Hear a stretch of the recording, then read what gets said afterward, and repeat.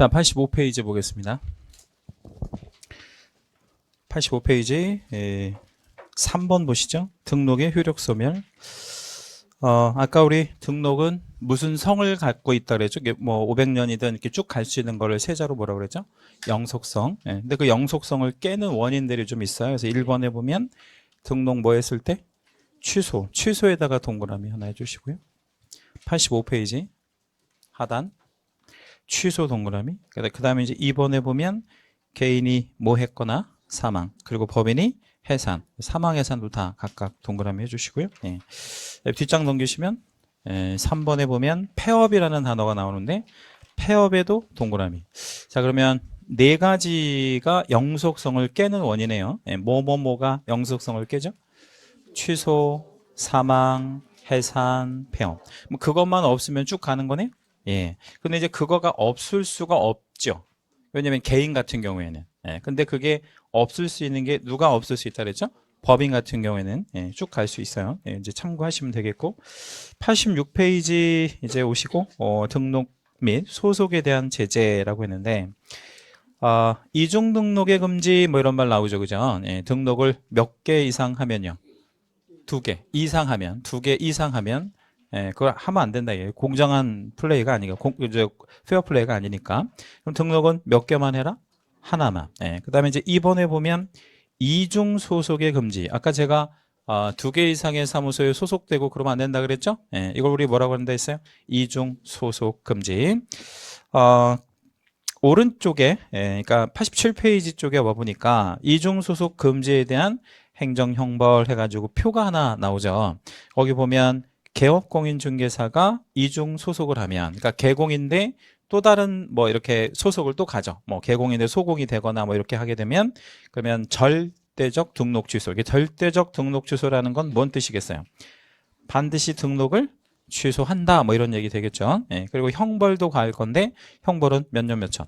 1년 1천에 형벌 가할 거고요. 소속공인중개사 같은 경우에는 이중 소속 같은 거 하다가 적발이 되면 1년 1천에 이제 자격 정지 이런 거 받을 수 있어요. 자격 정지는 소공만 받는 행정처분이에요, 일종의. 그건 이제 나중에 다시 배울 거고요. 중개부주원은 그 등록이든 자격이든 아무것도 없는 사람이죠. 그래서 이 사람은 형벌을 받는데 형벌은 몇 년 몇 천에 형벌만 받냐면 1년 1천에 형벌만 받는다. 뭐 이렇게 이해하시면 되겠고, 오른쪽 보조단에다가 간단히 요거 하나만 좀 적어놔 볼게요. 우리 과목에서 이중자를 쓰는 것이 세 가지가 있어요. 이중자 쓰는 게 이중 등록하면 안 되고, 이중 소속하면 안 되고, 그리고 뭣도 하면 안 되냐면 이중 사무소도 하면 안 돼요. 그래서 이중자라는 단어를 쓰는 것이 모두 몇 개? 3개. 이중 등록, 이중 소속, 이중 사무소 이렇게 있는데, 자, 등록부터 한번 볼게요. 이중 등록부터. 이중 등록은 누가 이런 걸 하면 안 되겠어요? 누가? 주체. 개공. 그러니까 이중 등록은 개공을 그 주체로 한다 이거죠. 그래서 이거는 개공이 하면 안 되고, 그럼 개공은 등록을 몇 군데만 해야 돼? 한 군데만. 근데 왜 개공들은 막 2개, 3개 이렇게 하려고 욕심 부릴까요? 돈이 되니까. 돈이 되니까. 예를 들어서 여러분이 이제 노량진 역 앞에다가 중개사무소 하나 오픈했는데 월 매출이 한 3천 정도 올라요. 그럼 무슨 생각을 순간 하겠어요?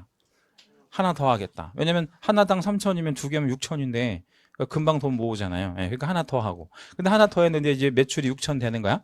그러면 또 무슨 생각 들어? 하나 더 하겠다. 뭐 이렇게 해가지고 하면 이제 막 열 몇 개까지 되고 그럴 거 아니에요. 예전에 이거를 제한하기 전에는 한 그 공인중개사가 12개까지 오픈한 적도 있었어요. 이걸 금지시키기 전에는. 근데 그게 너무 이제 시장의 질서를 좀 문란하게 하는 이런 문제 때문에 이제 금지시키는 거고요. 이중 소속은 누구에게 금지가 되냐면 아까 우리 표에서 보셨듯이 개공도 물론 금지가 되지만 소공도 금지가 되고 나아가서 중개보조원까지. 그럼 그 사람들 전부 합쳐 부르는 말 등. 그래서 개업공인중개사 등에게 금지가 되는 거죠. 그렇죠? 그래서 요 개업공인중개사 등자를 좀 눈여겨봐 주시고, 이중소속은 누구에게 금지된다고요? 개업공인중개사 등. 누구에게나 금지가 되는 거예요. 그 다음에 이제 이중사무소라는 거는 뭐를 2개 이상 만들지 말라는 거야. 사무실을 2개 이상 만들지 말라는 거지. 예, 그럼 사무소는 몇 개만 만들어? 하나만 만들어야 되는데 이거랑 이거의 차이는 뭘 것 같아요? 이거랑 차이. 그러니까 이중 등록과 이중 사무소의 차이죠. 종별하고는 상관없어요. 이중 등록과 이중 사무소의 차이점. 제가 이거를 정답을 말씀드리면 여러분 되게 실망하실 수 있어요. 그러니까 한번 좀 답변해 볼까요? 이중 등록과 이중 사무소의 차이점. 이중 등록은 등록을 2개 이상 한 거예요. 네. 그럼 이중 사무소는 사무실을 2개 이상 둔 거야. 차이 있어요, 없어요? 다시요. 이중 등록은 뭘 2개 있다고? 등록을 2개 한 거예요. 이중 사무소는 사무실을 2개 이상 둔 거야. 차이 있어, 없어요? 이거 차이가 나는 거야. 완전히. 이거 똑같은 개념으로 보셔서는 안 돼. 그러니까 이중 등록을 했다라는 거는 관청회사가 등록을 2개 한 거고, 이중 소속은 그냥 등록은 하지 않고 등록은 몇 개만 하고 하나만 해. 예, 사무실을 2개 그냥 이렇게 둔 거야. 예, 자기가 이제 불법적으로 그렇게 한 거를 이중 사무소라고 하는데, 이것도 누구에게만 금지가 되냐면 개공한테만 금지가 돼요. 그죠? 예. 자, 그러면 이제 전개 한번 해볼게요. 얘는 절취가 있어요. 예. 자, 절취는 아까 우리 표에서 잠깐 보여드렸는데 뭐 약자일 것 같아요? 절대적 등록 취소야. 근데 이거는 관에서 보면요, 관청에서 보면 되게 괘씸한 거예요, 아니면 괘씸하지 않은 거예요? 아주 괘씸한 거지. 예. 이거 우리 관청에도 하고, 그러니까 동작구에도 하고 마포에도 하고 2개를 한 거야. 예. 그리고 굉장히 괘씸하지. 그래서 이거는 꼭 반드시 이제 등록을 취소할 거고, 이중사무소는 관청에서 보면 뭐 괘씸하지만 좀 봐줄 수 있는 여지가 있을 수 있어요. 예를 하나 좀 들어볼게요. 장마철에 이제 천장에서 이제 그 비가 막 이렇게 뚝뚝뚝 떨어져. 예. 근데 오늘 손님 오기로 했는데 50억짜리 빌딩 계약서를 쓰기로 한 거야. 예. 근데 막 천장에서 막 비가 막 새는 거야. 그럼 여러분 같으면 어떻게 하고 싶어요? 응? 우리 사무실에서 하기가 좀 그렇잖아요. 예. 그래서 옆에 마침 사무실이 비어 있어서 거기다가 그냥 갑자기 뭐를 했어. 이제 인테리어를 대충 이렇게 하는 거야. 예, 인테리어를 대충 해놓고 손님한테는 그 옆에 사무실 공실이니까 거기로 오시라고 해서 계약서를 쓴 거야. 왜 그렇게 했어요? 비가 새서. 그럼 그건 좀 봐줄 수 있어요, 없어요? 좀 봐줄 수 있잖아. 우리 친구는 아예 안 봐준다고 그러는데 너무 이렇게 좀 깝깝하게 하면 안 되잖아, 그죠? 봐줄 수도 있잖아. 그래서 이거는 절대적 등록 취소가 아니에요. 이거는 무슨 취소냐면 상대적 등록 취소라 그래. 예, 이거를. 그래서 이거를 상취라고 앞으로 이제 수업 시간에 얘기할 건데, 자, 절취랑 상취랑 이거 풀네임으로 다시 한번 말씀드릴게요. 절취가 뭐 약자? 절대적 등록 취소. 그럼 이건 걸리면 무조건 어떻게? 등록 취소야. 얘는 상대적 등록 취소. 그럼 이건 어떻게 된다는 얘기야? 걸렸을 때 등록을 취소할 수도 있고 안 할 수도 있는 거야. 관청의 재량으로. 그러니까 관청에서 이제 이중사무소 적발을 했는데 실제로 가봤더니 막 천장에서 비가 툭툭툭 새고 있어요. 그럼 그거는 좀 봐줄 수 있잖아. 네, 그래서 요거는 급이 조금 낮은 거로 생각하시면 돼. 자, 이제 요거는 주체가 뭐예요? 개업, 공인중개사 등이니까 요거는 개공한테는 절취가 오고요. 그러니까 이거는 누구한테 오는 거지? 절대적 취소는 개공한테. 근데 여기 등 안에 누구도 들어가? 소공 들어가잖아요. 그럼 소공은 뭐가 오면 되겠어? 자격 정지 뭐 이렇게 옵니다. 그리고 중개보조원한테는 이런 행정처분이 없고, 왜 없고? 없으니까 할게. 네, 그렇게 정리해 주시면 되겠고요. 이거 다 묶어가지고 뭐든 형벌은 있어. 1년 1천의 형벌은 있는데 얘가 좀 중요해요. 그래서 이렇게 머릿속에 지금은 좀 저장해 놓을게요. 이중자 들어가면 다 몇 년 몇 천이다. 1년 1천이다 일단. 그래서 범죄로 인식한다는 거. 이중자 들어가면 다 1년 1천이구나. 예, 그것만 좀 기억해 주세요. 그 다음에 이제 87페이지 그 박스 밑에 표 밑에 3번에 보면 등록증 양도되어 이런 말 나오는데, 아까 우리 자격증하고 등록증은 무슨 성 있다 그랬어요? 5글자. 일신전속성. 그 일신전속성은 뭔 뜻이라 그랬어요? 다른 사람에게 절대 양도나 대여나 이런 거 하면 안 된다 그랬죠. 예, 그래서 등록증이나 뭐 자격증은 양도대 이런 거 하면 안 되고.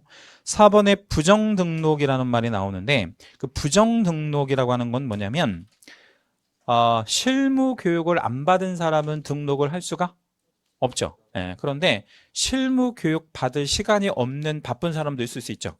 그래서 이 사람이 위조한 거예요. 뭘 위조했을까요? 실무 교육 수료증이라는 걸 주거든요. 그걸 위조해서 낸 거야. 예, 그러면 그거는 등록이 잘못된 등록이죠. 예, 그걸 무슨 등록? 부정 등록이 이렇게 얘기해요. 근데 부정 등록은 절대적 등록 취소에다가 3년 이천의 형벌이 떨어지는데 이건 잠시 후에 제가 다시 한번 정리해 드리도록 하고 5번에 무등록 중개업이라는 말이 있죠. 그죠? 예, 무등록 중개업은 글자 그대로예요. 뭐 없이 중개업하는 거. 등록 없이 중개업하는 거를 말하는데 뒷장 잠깐 넘겨볼게요. 무등록 중개업의 유형 이렇게 돼 있고요. 1번에 보면 등록을 하지 아니한 채 이렇게 돼 있죠. 그 등록을 하지 아니한 채는 처음부터 등록이 없었다는 얘기예요. 네, 그래서 이거를 가로 하나만 열어볼까요? 네, 이런 사람들을 그냥 우리가 강의용으로요 태생적 무등록이라 그래요. 그러니까 태생적이라는 건 뭔 뜻이에요? 그냥 처음부터 무등록이었다. 예. 그러니까 왜 이거를 이제 구분할 필요가 있냐면 무등록이 이런 태생적 무등록만 있는 게 아니라 소위 후발적 무등록도 생길 수 있는 게 2번에 보면 그런 말 나와요. 등록의 효력이 뭐 된 후에 소멸된 후에. 그러니까 이 사람은 원래는 등록이 있었다 없었다. 있었어. 예, 근데 등록이 있었는데 등록이 여러 가지 원인에 의해서 뭐 된 상태에서 소멸된 상태에서 중개업을 다시 하게 되면 이것도 무등록이 된다는 얘기죠. 그래서 뭐 주로 이제 시험이 좀 잘 나오는 거는 폐업 후 중개업한다 뭐 이런 거. 자, 뭐 한 다음에 중개업한다고? 폐업 후. 그럼 이건 후발적 무등록이라고 해서 처벌은 똑같이 받아. 근데 이제 구분을 할 때 시험에는 이제 처음부터 없었던 것도 내지만 이렇게 이제 후발적 무등록도 곧잘 되는 편이니까 개념적으로 기억해 주시면 되겠습니다. 밑에 이제 판례를 좀 잠깐 읽어봐 드릴 건데요. 1번 판례에다가 별 2개 잡을게요. 1번 판례에다가 그리고 한번 읽어볼게요. 부동산 컨설팅업을 하면서 라고 했죠. 거기까지 채색을 좀 한번 하시겠습니다. 만약에 자격이 없는 사람이 그쵸? 중개업을 하면 안 되죠. 자격이 없는 사람은 중개업하면 안 되잖아요. 근데 자격이 없는 사람이 너무나도 중개업을 하고 싶은 거야. 그런데 또 뭐는 하기 싫어. 공부는 또 하기 싫은 거야. 근데 그런 사람들이 실제 실무에서 많다 아니면 거의 없다. 아주 많아. 근데 그런 사람들이 어떻게 이제 중개업을 하냐면 중개사무소라고 번듯하게 간판을 못 걸잖아요. 그러니까 간판에다가 이런 거를 못 걸으니까 이런 걸 걸 수 없으니까 비슷하게 거는 거야. 간판을 뭐라고? 컨설팅.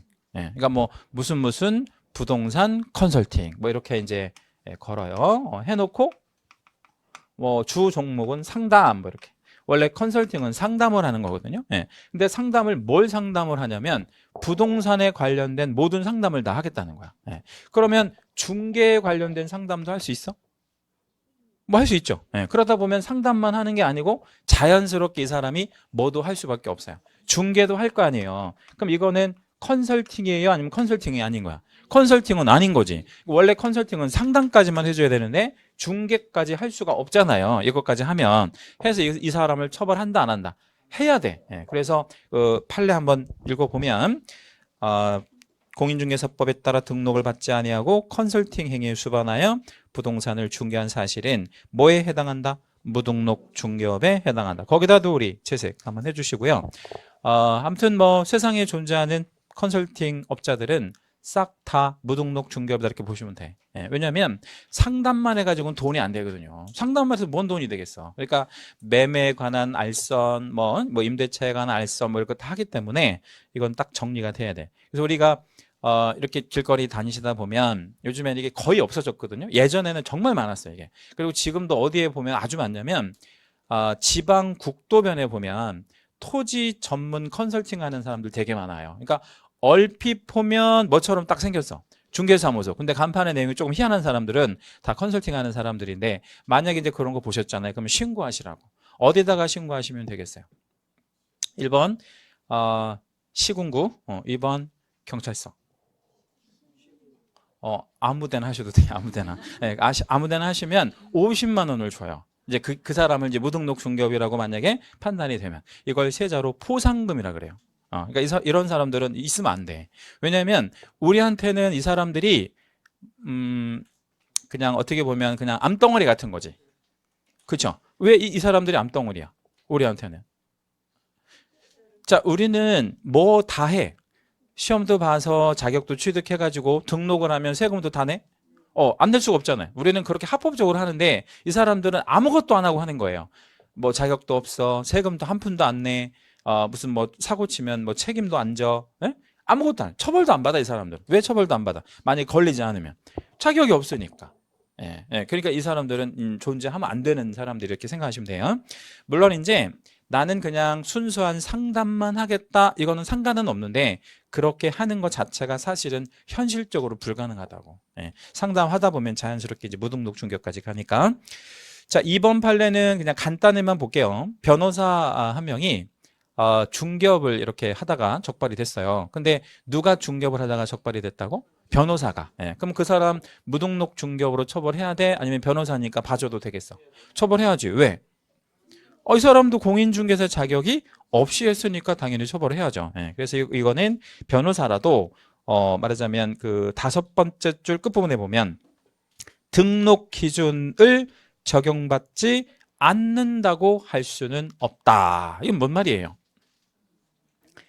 등록 기준을 적용받지 않는다고 할 수 없다 이랬잖아요. 그러면 적용 받는다는 거야. 그러면 변호사 자격만 가지고는 등록을 할 수가 없고 뭐까지 있어야 된대? 공인중개사 자격 있고 해야 됩니다. 뭐 예전에 그 서초동에 그 무슨 변호사가 이름 뭐 실명을 거론한 건 좀 그렇고 상호는 트러스트 중개라고 해가지고요. 이렇게 그 중개업을 좀 오래 하다가 적발이 돼서 벌금 받았어요. 벌금 받았다는 건 무등록 중개업이면 몇 년 몇 천이죠? 3년 3천. 그러니까 요걸로 가가지고 이제 벌금형을 일부 받아가지고 지금은 이제 이거를 그 변호사가 공인중개사를 한 명을 고용을 해서 그 공인중개사가 중개업을 하는 형태로 지금 하고 있어요. 자, 제 얘기 잘 들어보세요. 변호사가 공인중개사를 고용해서 그 사람 이름으로 등록을 해서 중개업을 하고 있다고. 그거는 해도 되는 거야? 아니면 편법이야? 그거는 편법이긴 하지만 할 수 있는 거야. 왜 할 수 있어? 그럼 변호사가 하는 게 아니고 누가 하는 거야? 공인중개사가 하는 거니까 우리가 할 말이 없는 거지. 근데 그런 식으로 지금 하고 있다고. 그래서 변호사 자격만 가지고는 안 된다는 거. 뭐 그 정도 보시고요. 앞장을 다시 한번 넘겨볼게요. 거기 이제 87페이지에다가 그림 하나만 그려 놓기로 하겠습니다. 자, 무슨 그림을 좀 하나 그려 놓을 거냐면 아까 이중 등록이라는 거 있다 그랬죠? 그 다음에 거기 이제 밑에 보면 87페이지 밑에 보면 부정 등록이 있고 또 밑에 보면 뭐가 있어요? 무등록 뭐 이렇게 있단 말이에요. 그래서 그거 세 가지 한번 좀 구분해서 그 설명드릴게요. 이렇게 동그라미를 3개 한번 그려볼게요. 동그라미 3개 그려서 하나는 이중 등록, 하나는 부정 등록, 하나는 무등록 이렇게 한번 적어보면 이게 비슷비슷해요. 이중 등록, 부정 등록, 무등록 이렇게 비슷비슷한데 이걸 한번 구분해 볼게요. 이중 등록은 뭐를 2개 이상 한 거예요? 등록을. 부정 등록은? 부정 등록은 뭐죠? 부정하게 등록을 한 거잖아. 그죠? 자, 그러면 이 이중 등록은 형벌이 몇 년 몇 천이라고 아까 말씀드렸죠? 1년 1천이요. 요건 1년 1천에 들어가. 그러면 부정 등록이면 형벌이 아까 몇 년 몇 천이라고 그랬죠? 3년 3천. 좀 달라. 그래서 구분은 이렇게 하시면 돼. 이중 등록은 등록의 개수로 치면 몇 개? 2개 이상. 부정 등록은 등록의 개수가 1개만이야. 1개인데 얘는 어떻게 한 1개야? 부정하게 한 등록이야. 이거는 2개 이상 한 거야. 자, 그럼 여러분 어떤 게 느낌적으로 좀 더 잘못한 거야? 불법성이 더 짙어. 부정하게 한 게. 부정하게 한 게 이중 등록보다. 그러니까 이중 등록은 원래 등록을 할 수 있는 사람이 욕심을 부린 거고 이건 등록을 하면 안 되는 사람이 한 거란 말이에요. 완전 다르고. 그 다음에 무등록은 형벌이 몇 년 몇 천이죠? 3년 3천이요. 그쵸? 자, 그러면 얘랑 또 공통점으로는 3년 3천이라는 공통점이 있죠. 근데 또 차이점은 뭐냐면 부정 등록은 유등록이다, 무등록이다. 부정 등록. 등록이 그러니까 유냐 무냐. 예, 유냐 무냐를 한번 따져보세요. 유죠, 유. 있단 말이야. 예. 그런데 무등록은 등록이 없어. 예, 여기는 그래서 유등록이고 절취가 옵니다. 자, 절취는 뭐 약자? 절대적 등록 취소 약자. 예. 자, 그러면 부정 등록은 무등록이죠, 말 그대로. 예. 얘는 절취를 할 수 있고 없고? 없죠. 얘는 왜 절취를 못해? 예, 등록 자체가 없기 때문에 절취를 하면 안 돼요. 예. 자, 그러면 이중 등록은 유등록, 무등록. 등록이 있어요, 없어요? 있어요. 있단 말이에요. 그것도 몇 개나 있어? 2개나. 유등록이 있다고. 예, 그래서 이건 유등록이고 절취하고 안 하고? 절취하고. 예, 절취한다. 예, 이렇게 좀 구분해 주시고요. 예, 별 하나만 하겠습니다. 자, 이중 등록은 등록이 몇 개 이상을 얘기한다고요? 2개 이상. 자, 근데 적발이 되면 무슨 취소가 된다고? 절대적 등록 취소. 그러면 하나만 취소 아니면 싹 다 취소? 싹 다. 예, 전부 다 취소. 예, 완전 취소시킨다. 이렇게 이해하시고 계시면 돼요. 자, 89페이지에 오시면 5번 기타에 보니까 등록 신청 관련해서 뭐 개설 등록은 각자 해야 된다. 각자 해야 되고요. 일신 전속성을 가지고 있으니까. 그리고 뭐 중에는 등록을 하면 안 된다라는 얘기냐면 업무 정지 중에는 등록하면 안 된다는 얘기인데, 예, 뭐 이거는 나중에 그 결격에서 다시 말씀드리도록 하고 뒷장 넘기시면 90페이지. 부칙상의 개업공인중개사라는 사람이 있다 그랬죠. 이 부칙상의 개업공인중개사는 어떤 사람이라고 그랬어요, 제가? 옛날부터 중개업을 하고 계셨던 분들이고 자격이 있고 없고? 없고. 근데 뭐는 있고? 등록은 있고. 그럼 이 사람들은 신규 등록은 되고 안 되고? 안 돼. 신규 등록이 안 된다는 개념만 기억하시면 돼요. 자, 그 다음에 이제 90페이지 쪽에 오시면 종별 변경이다 이런 말 나오는데 우리 성별을 변경할 수 있어요? 뭐 하기도 하고 그러죠. 예, 뭐 드문 경우이긴 하지만 종별을 변경할 수 있어요, 없어요? 있어요. 가능. 이것도 드문 경우이긴 하지만 종별을 바꿀 수 있다고. 그래서 뭐에서 뭐로 바꾸는 거? 뭐 개인에서 법인, 법인에서 개인 뭐 이런 식으로 바꿀 수 있는데 그걸 무슨 변경이라고 한다? 종별 변경. 자, 이거 간단히 한번 정리해 봐 드릴게요. 네, 여백에다 한번 적어 주시면. 종별 변경. 개인에서 뭘로 가는 거? 법인. 반대로 뭐에서 뭐로 갈 수도 있어요? 법인에서 개인 이렇게 갈 수도 있어요. 네, 그런데 이런 케이스가 있어요. 어떤 케이스가 있냐면 이런 케이스. 밑에 경우는 제가 뭐에서 뭐로 간다 그랬죠? 개인에서 개인 이렇게 가는 경우도 있다고. 그리고 이제 잠시 후에 말씀드리고 개인에서 법인, 법인에서 개인으로 이렇게 갈 때는 이 개인은 자격이 있어야 돼. 왜냐하면 법인의 대표는 아까 전 시간에 배웠잖아요. 법인의 대표는 반드시 공인중개사이어야 하니까 얘가 법인 차려서 법인이 되든 해산하고 개인이 되든 왔다 갔다 하려면 반드시 뭐가 있어야 돼? 자격이 있어야 되겠죠? 자, 그런데 개인하고 법인은 종별이 완전히 다르잖아요. 예, 그럼 번호가 다르죠. 이걸 바꾸려면 옛날 번호를 쓸 수가 없지. 옛날 번호 못 쓰잖아요. 예, 그래서 이거는 어떤 식으로 바꿔야 되냐면 등록 신청을 다시 해야 돼. 그러면 등록 신청을 다시 한다는 얘기는 등록 신청서를 다시 제출한다 이 뜻이거든요. 그러면 이 얘기는 등록 번호를 바꾼대 안 바꾼대? 바꿔야 돼. 예, 왜냐하면 개인하고 법인이 번호가 다르니까. 주민등록번호가 남자랑 여자랑 다르잖아요. 예, 그럼 이제 성별을 바꾸면 뭐도 바꿔? 주민등록번호도 바꿔야 되는 것처럼 이게 바꿔야 된다고. 그래서 등록 신청을 다시 하는 거예요. 근데 이제 실무적으로는 이게 원칙이야. 이게 주로이니까. 그런데 예외적으로요. 개인에서 개인으로 바뀌는 경우가 어떤 경우냐면 부칙 개공이 그렇죠. 자격을 취득해서 뭘로 가는 거야?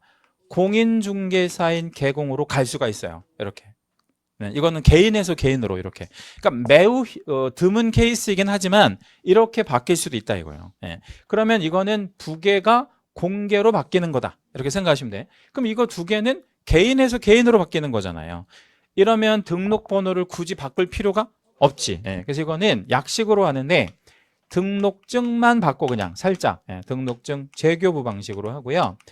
종별에 이제 이렇게 체크되는 위치가 있거든요. 체크되는 위치. 그것만 살짝 바꿔주는 방식으로 합니다. 근데 이거가 예외적 방식이다 이렇게 보시면 돼요. 그래서 종별 변경의 원칙은 등록 신청을 다시 하고 예외적으로는 뭘 하냐면 재교부 방식으로 할 수도 있다. 근데 이거는 굉장히 드문 경우이다 이렇게 보시면 돼요. 부칙개공들의 연세가 되게 많다 그랬죠? 그래서 이분들이 자격을 취득해서 공개로 가는 경우가 거의 없고 사실 이렇게 가는 실익도 없는 게 이거라고 해서 중개 못하는 게 아니잖아요. 그래서 이건 뭐 굉장히 드문 그런 케이스라고 보시면 될 것 같고요. 자격증 잃어버리면 뭐 해달라고 하면 되겠죠? 재교부. 등록증도 잃어버리면 어떻게 하면 되겠어? 재교부 뭐 이렇게 하면 돼요. 뭐 크게 중요한 건 아닙니다. 자, 그 다음에 이제 92페이지로 좀 넘어가시고요. 제2절 개업공인중개사 등의 결격사유. 자, 여기다가는요, 우리 맨 뒤에 우리 저 스티커 있는 데 있죠. 거기 가셔가지고 암기를 하나 떼겠습니다. 암기. 암기를 좀 하나 떼주세요. 암기. 암기를 하나 떼서 2절에다가 한번 붙여주세요. 우리 저 맨 뒤에 가면 스티커 이렇게 뗐어요? 거기다 몇 페이지에다가 붙이냐고 92페이지. 92페이지 제2절 개업공인중개사 등의 결격사유에다가 암기 한번 붙여볼게요. 우리 과목에서 제일 중요한 겁니다. 탑 1. 탑 1. 단연 중요하고 제일 중요하다. 그러니까 우리 과목에서 가장 중심에 있는 얘기예요. 가장 중심에. 그래서 뭐든 이렇게 결격하고 항상 연결이 되기 때문에 최소한 5문제 정도의 직간접으로 영향을 미쳐요. 그러니까 결격사유만큼 더 중요한 건 없을 만큼이나 제일 중요하다. 해서 나중에는 얘를 12개가 있는데 뭐 할 정도로 중요하다. 암기할 정도로, 뭐 중요한 정도가 아니라 좀 암기해야 될 정도로 아주 중요한 부분이고, 암기는 이제 1월부터 수업 시간에 저랑 같이 한번 해보도록 하고, 이런 거 몇 개 안 되는데, 이런 거 뭐 암기하는 거에 대한 큰 부담은 안 가질 수 있도록 하시면 될 것 같아요. 일단 개업공인중개사 등이라는 말 썼잖아요. 개업공인중개사 등 안에 들어가는 사람 다시 한번 얘기해 볼게요. 개공, 소공, 중개보조원, 법인의 직급 높은 사람, 사원 또는 임원까지 모두 될 수 없는 그런 사유. 그걸 뭐라 그래? 결격사유. 그래서 그거를 법 제10조에 규정하고 있는데 1항하고 2항을 먼저 한번 읽어볼게요. 결격사의 의미를 한번 파악해 보는 겁니다. 1항. 다음 각 호에 어느 하나에 해당하는 자는 중개사무소 채색할게요. 무엇을 할 수 없다 이렇게 되어 있어요.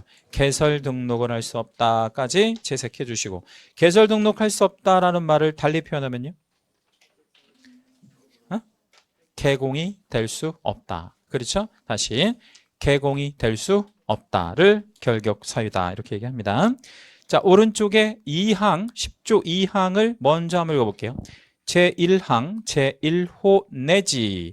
자, 내지라는 말이 나왔는데요. 내지, 우리 오른쪽 보조단에도 한번 적어볼게요. 내지라는 말은 또는으로 우리가 알고 계신 분들이 되게 많은데, 내지는 또는이 아니에요. 내지는 뭐뭐에서 뭐뭐까지를 내지라고 합니다. 내지는 뭐뭐에서 뭐뭐까지. 자, 만약에 기상캐스터가 내일 동해안의 파도가 1 내지 3m로 일겠다 이렇게 얘기할 수 있죠. 1 내지 3m. 그럼 파도가 1 또는 3m로 읽는다 이렇게 하면 안 되는 거야. 파도가 어떻게 2m를 피해가면서 읽냐고. 말이 안 되는 거잖아. 그러니까 뭔 뜻이에요? 1 내지 3m 하면 1에서 3m 사이에 읽겠다는 뜻이에요. 내지는 그런 뜻이에요. 그래서 1에서부터 제11호까지 어느 하나에 해당하는 자는, 그러니까 무조건 하나라도 걸리면 다시 한번 채색합니다. 소공 또는 무엇이 될 수 없다. 중개보조원이 될 수 없다. 까지 채색 한번 해주시고요. 소공하고 중개보조원을 합쳐서 부르는 말 3글자. 고용인. 고용인도 될 수 없다. 그러니까 결격사유에 하나라도 걸리면 뭣도 안 되고 개공도 안 되고 그리고 고용인도 될 수 없다. 물론 사원 또는 임원도 당연히 될 수 없는 그런 사유를 얘기합니다.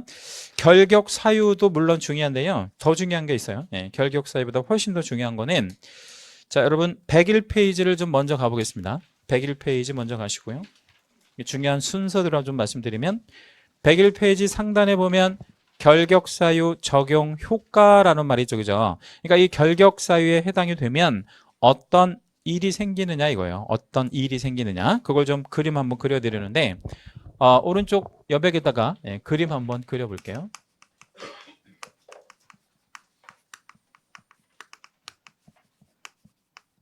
결격사유 해당 시 효과를 그림 한번 그려봐 드릴게요.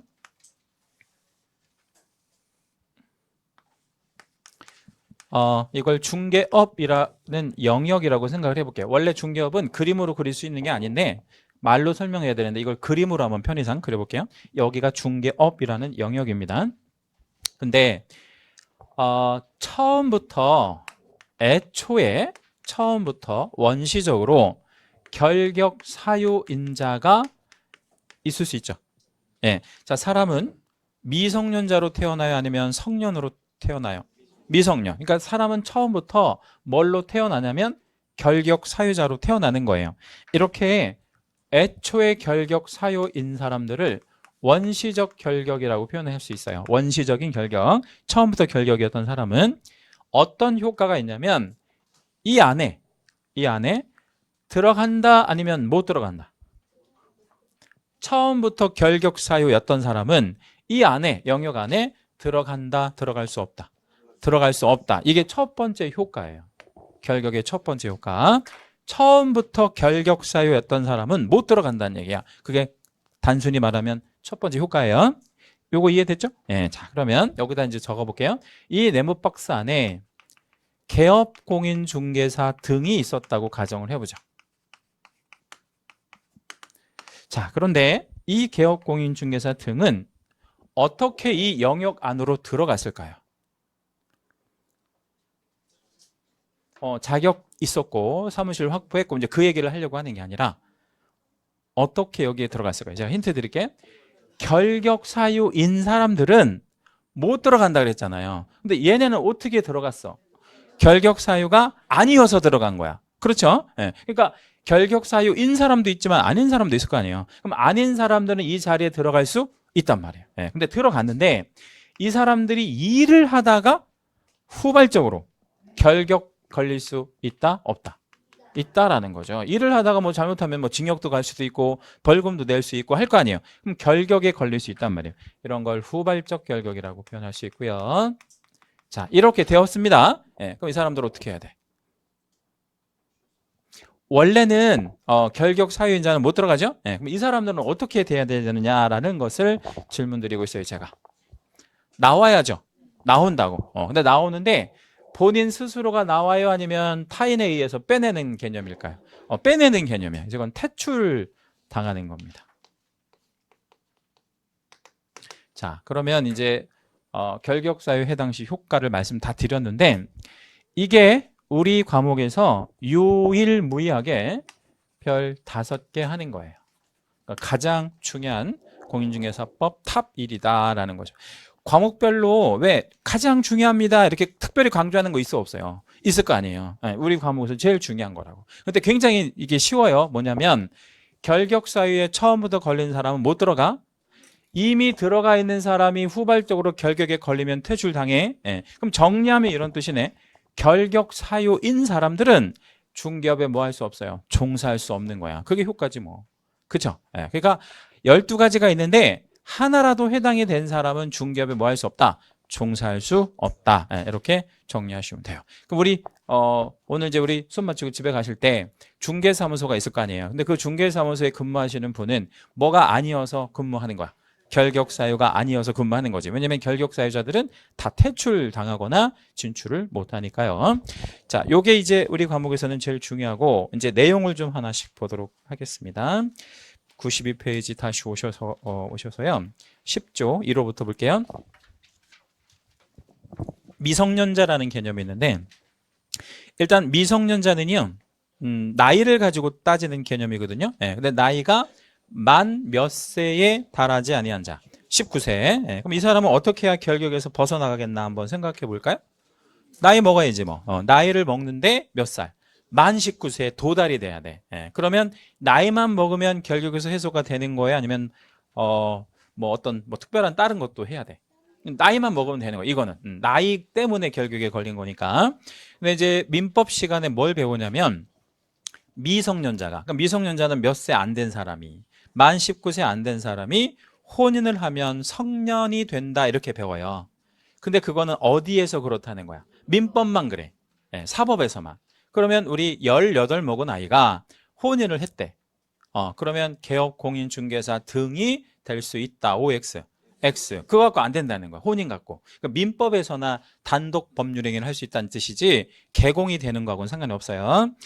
자, 두 번째 이혼은 피성년 후견인 또는 피한정 후견인 이렇게 있는데, 자, 이 양반들은 딱 봤을 때 나이는 성년, 미성년. 성년이야. 예. 근데 성년인데 뭐가 안 좋아? 어? 정신 플러스 뭐도 안 좋아. 그러니까 심신이라고 생각하면 몸과 마음이 안 좋다는 얘기야. 그러니까 심신의 능력이 결여되어 있는 사람들. 근데 딱 봐도 누가 좀 더 안 좋아 보여? 피성년 후견인이 더 안 좋아 보여? 피한정 후견인이 좀 더 안 좋아 보여? 피성년 후견인이 더 안 좋은 거야.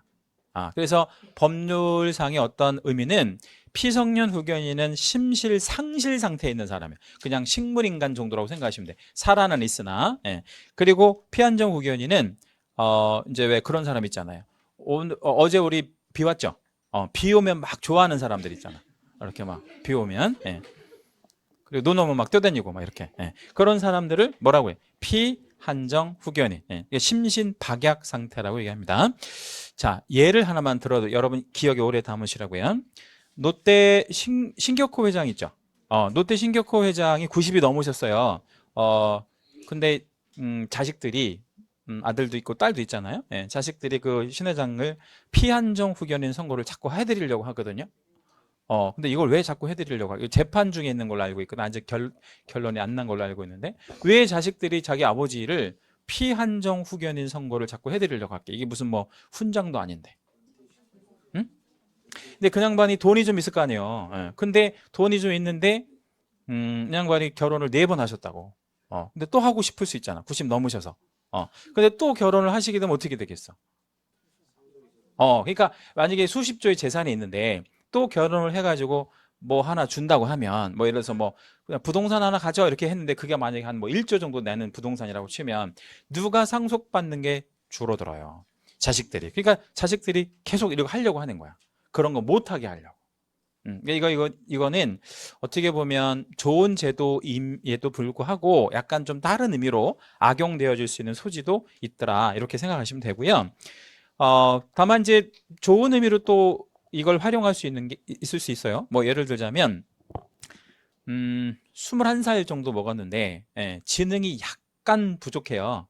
21살 먹었는데 지능이 약간 부족해. 부모는 안 계셔. 그런데 재산은 되게 많아. 몇 조 정도를 물려받았어. 그러면 가족회의 같은 거를 해서 뭐를 해주는 게 좋을 수 있어요. 피한정 후견인 선고를 해주는 게 좋잖아요. 왜냐면 그 재산을 지킬 수가 없잖아. 그런 쪽으로 또 우리 활용하면 또 좋은 제도가 될 수도 있죠. 1번하고 2호를 왼쪽으로 묶어볼게요. 1, 2호를 왼쪽으로 묶어서 얘네를 우리 민법 파트에서는 제한 능력자 이렇게 얘기를 해요. 그럼 이 사람들은 뭐에 제한을 좀 받는다 이런 뜻이에요. 능력에 제한을 받는다 이 뜻이에요. 그래서 제한 능력자. 이 사람들은 나중에 이제 뭐 민법 시간에 뭐 얘기하겠지만 취소권을 가져요. 취소권. 그러니까 뭐 엄마가 이제 뭐 일을 하다가 집에 갔는데 초등학교 6학년 아이가 100만 원짜리 핸드폰을 사갖고 왔어. 100만 원짜리 핸드폰을. 그것도 뭘로? 활부로. 그럼 이제 엄마가 뭐라고 하겠어요? 너 미쳤냐? 이렇게 할 거 아니에요. 너 100만 원짜리 핸드폰을 네 맘대로 왜 사와? 그리고 엄마가 아이한테 뭐라고 해야 돼? 너 이거 가서 뭐해? 물러 갖고 와 이렇게 얘기할 수 있죠. 그러면 이제 핸드폰 가게에 가서 초6 아이는 이거 엄마가 뭐라고 했어요? 물러 오라고 했어요. 그게 뭐죠? 취소할 수 있다. 그럼 취소해줘야 돼? 안 해줘도 돼? 해줘야 돼. 그런 권리가 있거든요. 그러니까 핸드폰 가게의 그 점원은 미성년자가 핸드폰 맞추러 오면 반드시 확인을 해줘야 돼. 뭘 확인해야 돼? 부모의 의사. 그렇지 않으면 취소해버리면 안 판 거랑 똑같은 효과가 있으니까.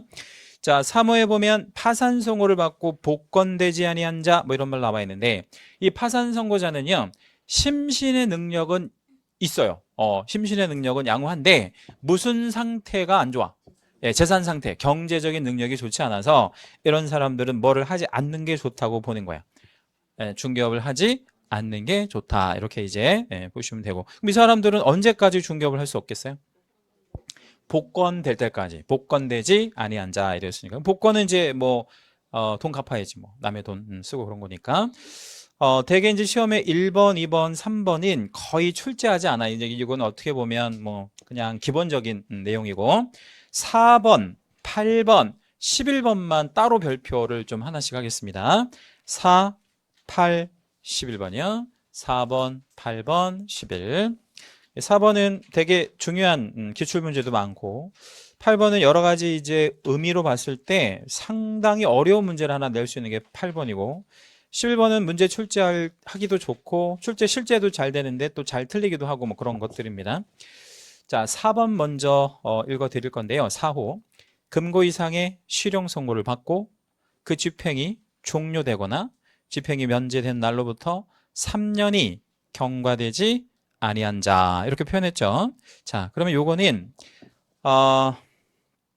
한번 넘겨볼게요. 95페이지 필기하시기에 좀 약간 나쁘니까 거기 이제 95페이지 위에서 5번째 줄에 보면 금고 이상의 실형 선고를 받고 이런 말 나오죠. 예, 그 우리 형법상 금고 이상이라고 하면 금고 포함 아니면 금고 제외? 금고 포함이에요. 금고 포함해서 뭐가 들어가냐면 사형, 징역, 금고 이렇게 세 가지가 들어가거든요. 근데 사실 그 금고 이상의 실형 선고를 받고 그럼 이게 사형도 들어간다 그랬잖아요. 그럼 사형을 받고 그 집행이 종료됐다 이러면 그러니까 사형이 뭐 됐어? 집행됐다는 거죠. 그럼 이거는 먼 사람이 아니야. 이승 사람이 아니니까 이 사람은 결격이고 아니고가 아무 상관이 없는 거지. 그래서 우리는 두 가지만 기억하면 돼. 사형은 시험에 나올 일이 없고 뭐하고 징역과 금고. 근데 둘 중에 뭐가 더 세? 징역이 세고 금고가 좀 낮은 거예요. 다시 뭐가 좀 세다고요? 징역이 세고 금고가 낮은 거고 금고 이상이면 말하자면 금고와 징역형을 얘기합니다. 공통점 먼저 말씀드릴게요. 징역하고 금고는 둘 다 신체의 자유를 제한하는 거예요. 그러면 이걸 실형 받으면 어디로 끌고 가야 돼? 세자 아니 감옥은 두자고 세자 교도소 뭐 이런 거. 자, 우리 이제 앞으로 우리 수업 시간에 교도소 얘기 많이 할 건데 감옥이나 감방이나 이런 말은 안 쓰는 게 좋을 것 같아요. 예, 왜냐면 이거 안 쓰는 말이거든요. 예, 뭐 좀 약간 비하하는 말일 수도 있잖아요. 감옥, 깜빵 뭐 이런 거. 예. 또는 뭐 학교 이런 말도 안 쓰는 걸로 하겠습니다. 예, 학교 이런 거 아니고 그냥 좋은 말이잖아요. 뭐라고? 교도소.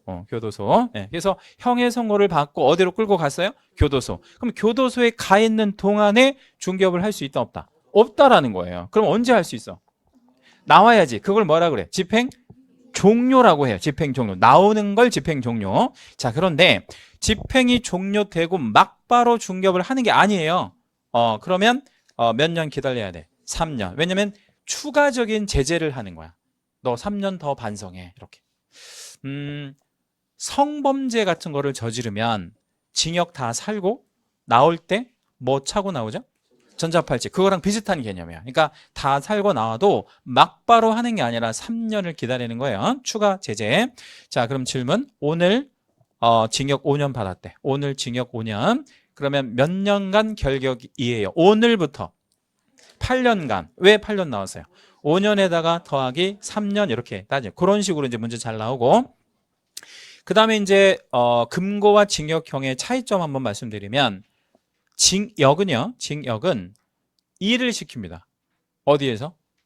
교도소에서. 금고는 일을 안 시키는 거예요. 예. 그럼 뭐가 더 좋아? 시키는 게 좋아? 안 시키는 게 좋아? 안 시키는 게 좋죠. 안 시키는 게 좋죠. 그죠? 예. 그래서 금고가 조금 낮은 거야.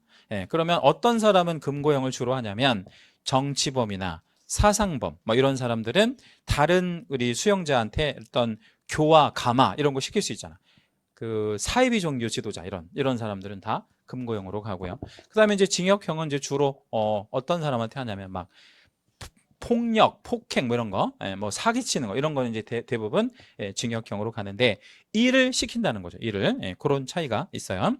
자, 그러면 이제 쭉 내려오셔가지고 집행 면제라는 개념이 있는데 이 집행 면제는 집행을 글자 그대로예요. 뭐 하겠다라고 지금 얘기한 거냐면 면제. 예. 근데 이제 우리 교재 보면 뭐 법률의 변경도 있고 뒷장 넘기시면 시효 완성도 있고 사면 받은 때 뭐 이런 표현이 있는데 시험은 이제 사면만 출제되니까 그 사면만 좀 간단히 알고 계실 건데 그 참고에 보면 무슨 사면과 무슨 사면이라고 써 있죠? 특별 사면, 일반 사면. 그거 우리 제목에다가 채색 한 번만 해주시고요. 그게 좀 시험에 잘 나오는 편입니다. 자, 그러면 보조단에다 한번 적어 볼게요. 집행의 면제는 여러 가지가 있어요. 법률의 변경도 있고 뭐 시효 완성도 있고 사면도 있는데 주로 우리 이제 사면을 주로 출제한다 그랬죠. 사면에는 무슨 사면과 무슨 사면이 있다 그랬어요. 예, 특별 사면과 일반 사면 뭐 이렇게 있는데 특별 사면은 사면의 대상층을 특별히 지정해서 너 사면 이렇게 해주는 건데요. 자녀 형기를 면제해 주는 사면이에요. 너의 죄를 사하여 주노라. 자, 우리나라에서 너의 죄를 사하여 주노라 이렇게 할 사람 누구밖에 없어요. 옛날에는 왕이 했거든요. 네, 지금은 대통령 말고는 할 사람이 없죠. 그 다음에 일반 사면은 대상층을 일반화시켜서 전부를 사면시켜 주는 거, 이걸 대사면이라고 표현하기도 하는데 얘는 형의 선고 자체를 취소시켜 주는 사면이에요. 자, 다시 한번 정리해 볼게요. 사면은 남은 형기만 빼주는 거고요. 일반 사면은 형의 선고 자체를 취소시켜 주는 거래. 네, 그럼 어떤 게 차이가 나는지 한번 보여드릴게요. 자, 오늘 징역 5년 받고 5년 선고를 받고 3년 복역 중에 오늘 특사로 풀려났어요. 예, 특사라는 건 뭐 준 말이에요? 특별사면. 예, 이건 자주 하죠. 예, 그러면 오늘 특사로 풀려났습니다. 그러면 몇 년간 결격이에요? 사면일로부터 3년. 왜 3년? 종료되고 면제된 날로부터 몇 년간 3년 기다려야 된다고 그랬으니까 이거는 추가 3년을 해야 되는 거예요. 예. 여기부터 한번 적어보면 사면되고도 추가 3년 결격에 들어간단 말이에요. 근데 일반 사면은 내용을 잘 봐요. 형의 선고 자체가 취소됐대. 자, 그러면 징역 5년 선고 받고 3년 복역 중에 일반 사면 되었어요. 그 말은 무슨 말이에요? 징역 5년 선고 받은 거를 취소시켜줬다는 얘기야. 그러면 얘는 결격 사유가 몇 년이에요? 이렇게 물어보면 이거는 결격이 아닌 거가 돼버리는 거야. 그러니까 즉시 복권되는 거야. 얘는 즉시 복권. 자, 그러면 사면의 종류에 두 가지 있잖아요. 근데 단어로만 보면 무슨 사면이 좀 좋아 보여요? 특별 사면. 근데 내용으로 보니까 무슨 사면이 좋으네? 일반 사면이 훨씬 좋은 사면인 거야. 예. 특별 사면은 자주 한다 그랬죠. 언제 해요? 광복절도 하고 또 크리스마스 때 성탄절이라고 하죠. 성탄절만 하면 또 누가 또 가만히 안 있겠어. 부처님 오신 날 뭐 이렇게 또 해야 되고 뭐 이렇게 하고 뭐 3.1절도 하고요. 예. 그다음에 요거 일반 사면은 거의 정권이 바뀔 때 한 번씩 합니다. 자주 하지 않는 이건 대사면이라고 하고요. 아무튼 사면의 종류의 두 개가 있는데 보다 의미적으로 좋은 사면은 뭐다? 일반 사면이다. 이거 잘 기억해 주시면 됩니다. 그럼 다시 한번 정리해 볼게요. 집행이 종료가 되면 몇 년 기다려야 되고요? 3년. 집행이 면제가 되면 3년을 추가하는 경우도 있지만 즉시 복권되는 경우도 있더라. 근데 그게 무슨 사면과 무슨 사면의 차이점이죠? 특별 사면과 일반 사면의 차이점이에요. 이거 잘 기억해 주셔야 돼요. 중요합니다. 특별 사면, 일반 사면 효과가 완전히 다르니까 잠깐만 쉬었다가 6호부터는 다음 시간에 할게요.